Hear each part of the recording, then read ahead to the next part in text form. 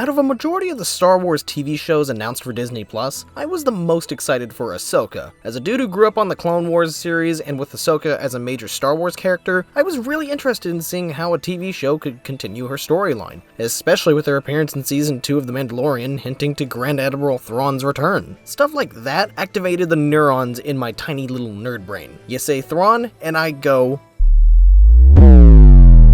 However, with the mixed quality of Star Wars Disney Plus shows, I was a little skeptical as to if the Ahsoka one could be great, and with it finally wrapping up, I can confidently say that it isn't bad. But it also isn't amazing. It's kind of odd. Ahsoka for me is split down the middle when it comes to the shows. On one hand, there's a lot to like here as a major Star Wars fan. You can get a ton of enjoyment out of the Easter eggs, the weird stuff, lore building, the spaceship battles, and all that cool stuff. But when you start to look at it critically, then a lot of its flaws start to become apparent. Now, this show is pretty much a continuation of Star Wars Rebels, answering the questions left in the finale of that show, where Ahsoka and company are racing against the villains to stop them from potentially bringing back Grand Admiral Thrawn, while some weird stuff, unclear to most, is also going on in the background. The story here is super interesting, and is leading to potentially some of the best stories we may see in Star Wars down the line. But the key word here is potentially. While the plot of the show is great and leads to some interesting storylines, it's unfortunately held back by a number of things. The pacing of the show is agonizingly slow. A majority of it is setup. It takes so damn long until we actually get to the cool Thrawn stuff. We don't even see the Blue Bastard until episode 6, 3/4 of the way through the whole season. So there's many moments throughout where things could be quicker or explained faster, because the pacing goes incredibly against the length of the show,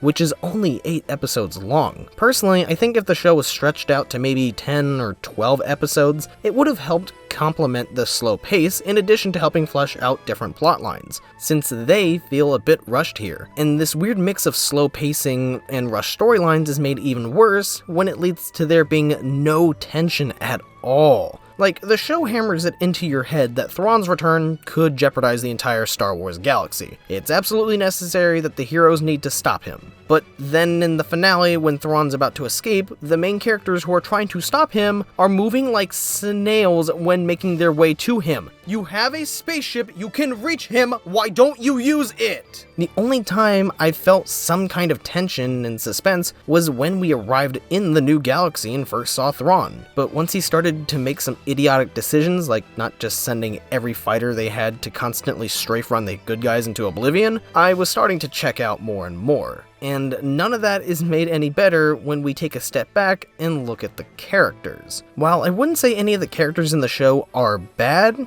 or pre-existing ones are made worse because of how they were written, there's some things with them that aren't great. The show skips past a lot of the characters' development and has them go through their arcs extremely fast. Ahsoka's arc in this whole show is pretty much wrapped up in one episode. She never really goes through any more development beyond that one episode where it was pretty much just a bunch of Clone Wars member berries. Sabine is honestly, I never really connected with her for the majority of the show. She got more interesting when she decided not to stop the villains in episode 4, but nothing is ever done with that. Her actions are never brought up again or lead to any interesting dynamics between characters. It's just that kind of stuff that's extremely frustrating since the show had the opportunity to do something interesting, but never does. However, the characters I did find interesting were Baylan Skoll and his apprentice, who I'm happy to say were well written compared to everyone else. He was a former Jedi that instead of becoming a Sith, like practically all the other ones do, he becomes a mercenary. Throughout the season, he's shown not to be some incredibly evil dude with no soul. He's shown to have morals and actual depth, with his own motivations beyond just getting to Thrawn.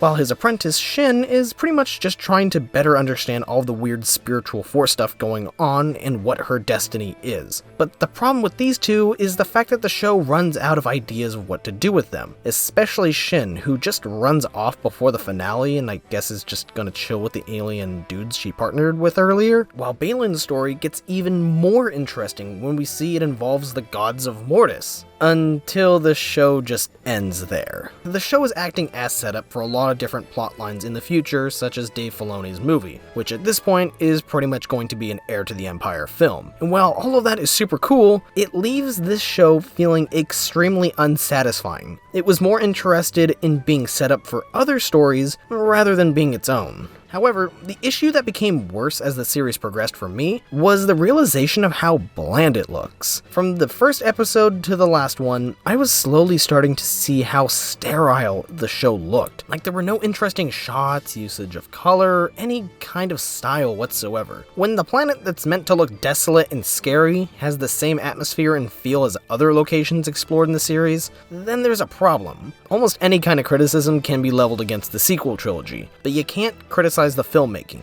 because at the very least, you can tell that the people behind making those films, not writing them, wanted to make them look as good and unique as possible. There's great usage of lighting, incredible set design, and an actual sense of style. But with each subsequent show, besides Mando's Season 1, 2, and Andor, it's just all the same. The same types of shots, color grading, fight choreography, editing, etc. And while it's all serviceable, it's not at all memorable or interesting. Like, everything just feels so meh.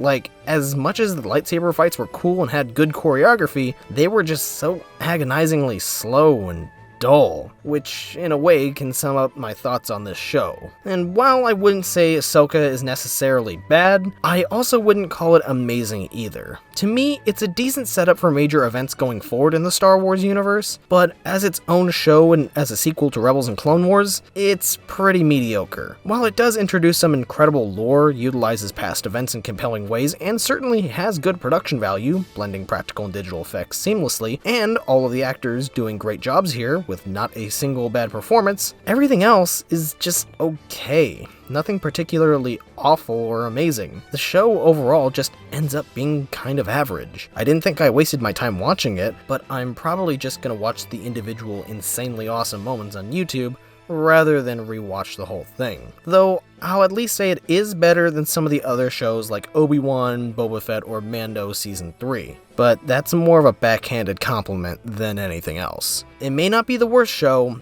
but it isn't reaching the same possible heights these shows can reach, like with Andor. So, with nothing else to say, I give Ahsoka a 5 out of 10.